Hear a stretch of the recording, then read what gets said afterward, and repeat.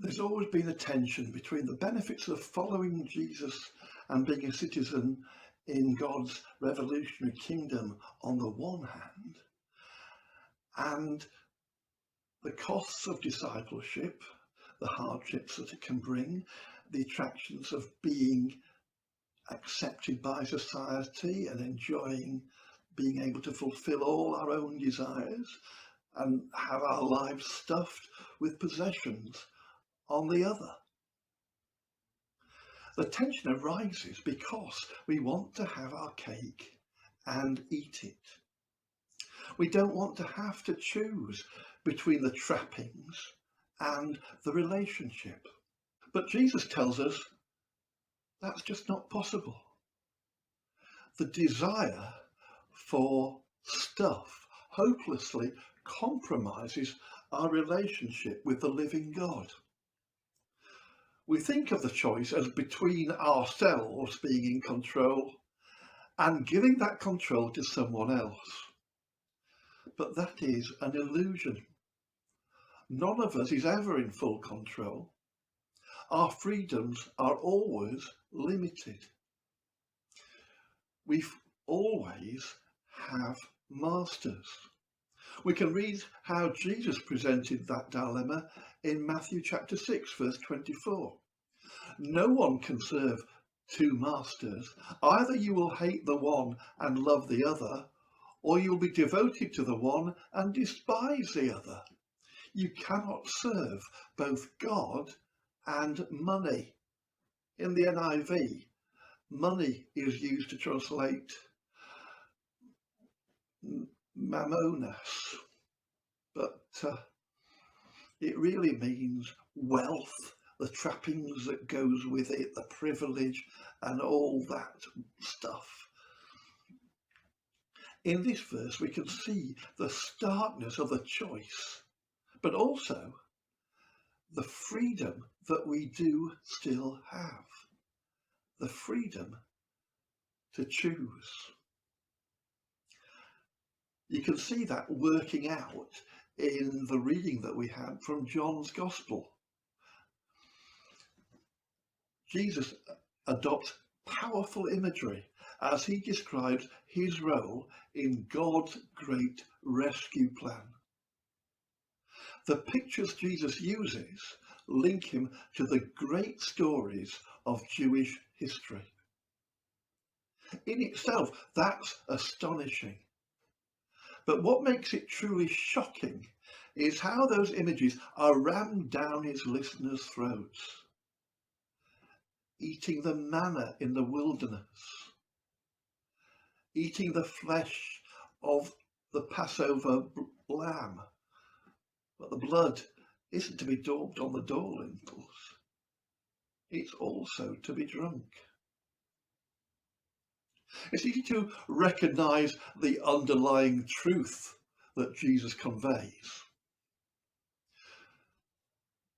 Just as those acts of rescue from certain death in the past, we need something within that will break the bonds of death and allow us to know true life. To be fully human, to be truly alive, we need filling with the presence of the living God. But like Jesus, we struggle with the metaphor. Eating and drinking flesh and blood jars with our Western culture. We feel it has the air of cannibalism about it. Not true, of course, but that didn't stop the Roman state using it as an excuse to persecute Christians. However, here in the 21st century, there is imagery that might help. Words that are used every day within the NHS. Words like transplant and transfusion and graft.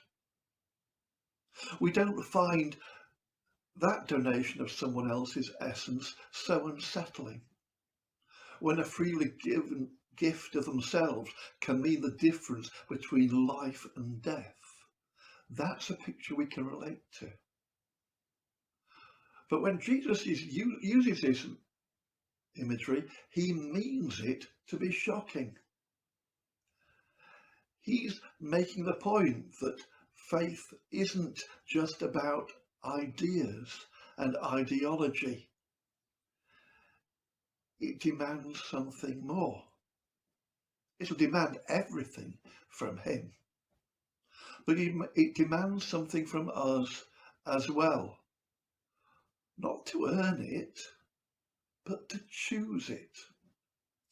And he's telling us that letting God in, allowing his presence to invade our lives, is transformative. But his use of that basic and bloody metaphor is divisive. It marks a boundary. This isn't going to be some bright and easy romp. Taking the path with Jesus also has a darkness to it. There's an unknown quantity which people struggle with. It's a road that's going to require sacrifice and surrender, heart and commitment, flesh and blood, before the outcome is entirely secure. Many hadn't signed up for that. It's far too real, far too threatening, and so they turn away, believing that their choices remain in their own hands. Where are you with this?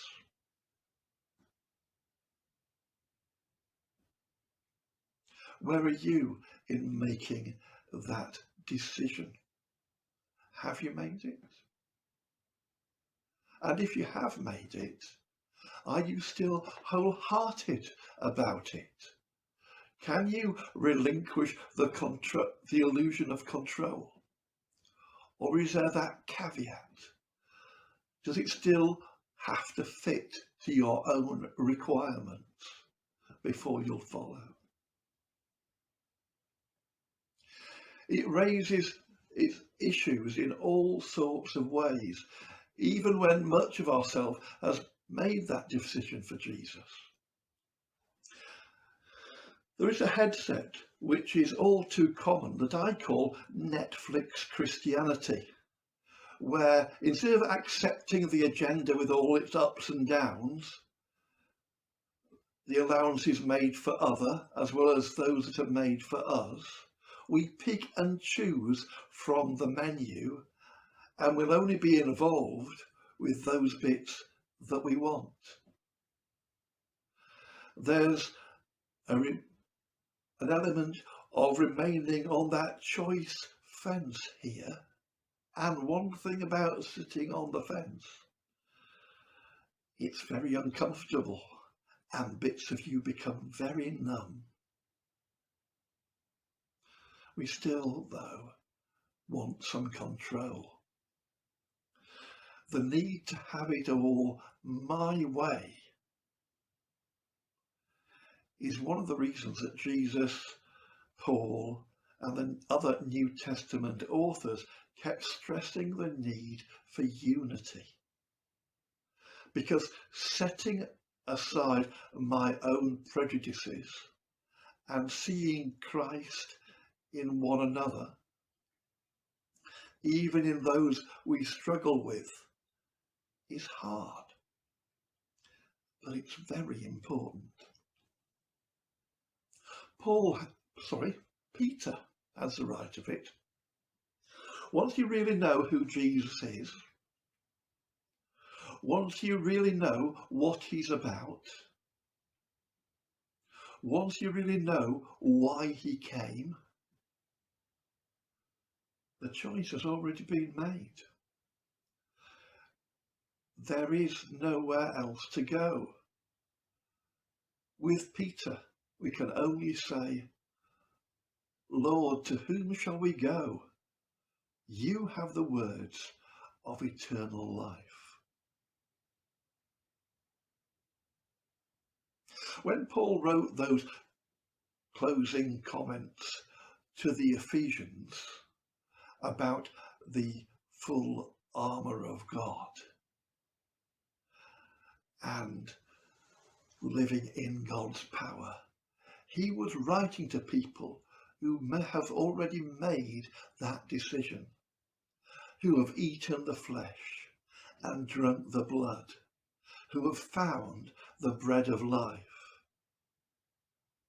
He's recognizing that the path of discipleship is hard, and that we need all the help that we can get. So that description of the full armour is telling those that have chosen the way, those who are called Christians, how to use that presence of the living God and the unbreakable relationship with him in the spiritual battle that they and we face every day. As someone who was in chains, in prison, awaiting judgment, he knew what he was talking about. When we let go of our own desires and let God in, he's there for us, empowering us, equipping us to follow his agenda rather than our own. As Peter and Paul both recognized, choosing Jesus may mean big changes in life, but there really is no other option.